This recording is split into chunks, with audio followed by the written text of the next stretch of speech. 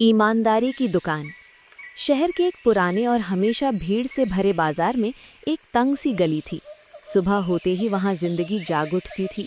चाय की दुकानों से उठती भाप, सब्जी वालों की आवाज़ें और दुकानों के शटर खुलने की खड़खड़ाहट पूरे माहौल को जिंदा बना देती थी।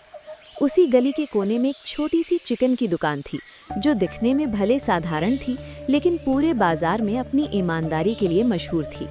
दुकान के ऊपर एक छोटा सा घर था। उसी घर में रहता था रमेश। रमेश कोई पढ़ा लिखा व्यापारी नहीं था, लेकिन जिंदगी ने उसे बहुत कुछ सिखा दिया था। वो रोज सुबह अंधेरे में उठता, नहाकर साफ कपड़े पहनता और सबसे पहले भगवान के सामने हाथ जोड़ता। उसके बाद वो दुकान का शटर खोलता और पूरे मन से अपने काम में लग जाता। रमेश का मानना था कि अगर इंसान दिल से मेहनत करे तो भगवान भी उसका साथ देते हैं। वो कभी तौल में गड़बड़ी नहीं करता था। अगर गलती से 1-2 ग्राम ज्यादा भी हो जाता तो वो मुस्कुराकर कह देता, कोई बात नहीं, ये मेरी तरफ से। रमेश की पत्नी सीता उसकी जिंदगी की सबसे बड़ी ताकत थी। सीता बहुत शांत, समझदार और दूर की सोचने वाली औरत थी। वो सिर्फ घर ही नहीं संभालती थी, बल्कि दुकान का पूरा हिसाब किताब भी रखती थी। वो अक्सर रमेश से कहती, पैसा धीरे आए तो चलेगा, लेकिन नाम कभी खराब नहीं होना चाहिए। दिन चढ़ते ही रमेश की दुकान पर ग्राहकों की भीड़ लग जाती। कोई पास के मोहल्ले से आता तो कोई दूर के इलाके से। लोग जानते थे कि यहाँ उन्हें सच्चा सामान मिलेगा। कई बुजुर्ग तो रमेश को बेटे की तरह मानते थे और जाते जाते दुआ दे जाते थे।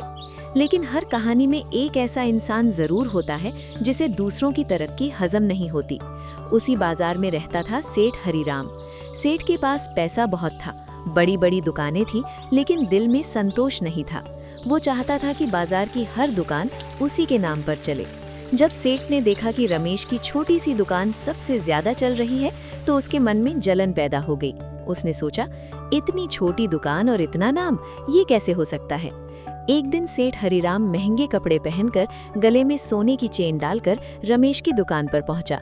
चेहरे पर झूठी मुस्कान थी। उसने बड़ी चालाकी से कहा, रमेश भाई, तुम्हारी दुकान बहुत बढ़िया चल रही है। अगर चाहो तो इसे मुझे बेच दो। मैं तुम्हें इतना पैसा दूंगा कि जिंदगी भर काम नहीं करना पड़ेगा। रमेश ने शांति से उसकी बात सुनी और फिर बड़े सम्मान से कहा, सेठ जी, मेहनत छोड़कर जो चैन मिलता है वो सच्चा नहीं होता।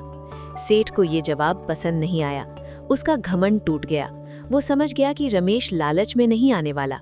गुस्से में वो वहां से चला गया, लेकिन उसके दिमाग में गलत योजनाएं बनने लगी। कुछ दिनों बाद बाजार में अजीब सी बातें फैलने लगी। कोई कहता कि रमेश तौल में गड़बड़ी करता है, तो कोई कहता कि सामान ठीक नहीं होता। लेकिन ज्यादातर लोग इन बातों पर भरोसा नहीं कर पाए, क्योंकि उन्होंने रमेश की ईमानदारी सालों से देखी थी। एक रात सीता ने रमेश से कहा, मुझे डर लग रहा है, सेठ कुछ गलत कर सकता है। रमेश ने गहरी सांस लेकर कहा, अगर हम सच के रास्ते पर हैं तो डरने की जरूरत नहीं। और सच में कुछ ही दिनों बाद सरकारी फूड इंस्पेक्टर की टीम बाजार में पहुंची। रमेश की दुकान की पूरी जांच हुई। तराजू सही निकला, सफाई बेहतरीन थी और सामान बिल्कुल ताज़ा। इंस्पेक्टर ने सबके सामने कहा, आज के ज़माने में इतनी ईमानदारी बहुत कम देखने को मिलती है। ये सुनकर पूरा बाजार रमेश के साथ खड़ा हो गया। सेठ हरिराम की साजिश सबके सामने आ गई। उसकी इज्जत मिट्टी में मिल गई। समय के साथ सेठ का कारोबार गिरने लगा। जो आदमी दूसरों को गिराने चला था, वो खुद गिर गया। एक दिन वही सेठ टूटा हुआ और शर्मिंदा होकर रमेश की दुकान पर आया। उसकी आंखों में पछतावा था। रमेश ने उसे बैठाया, पानी दिया और कहा, गलती हर इंसान से होती है, लेकिन उसे मान लेना ही सबसे बड़ी सच्चाई है।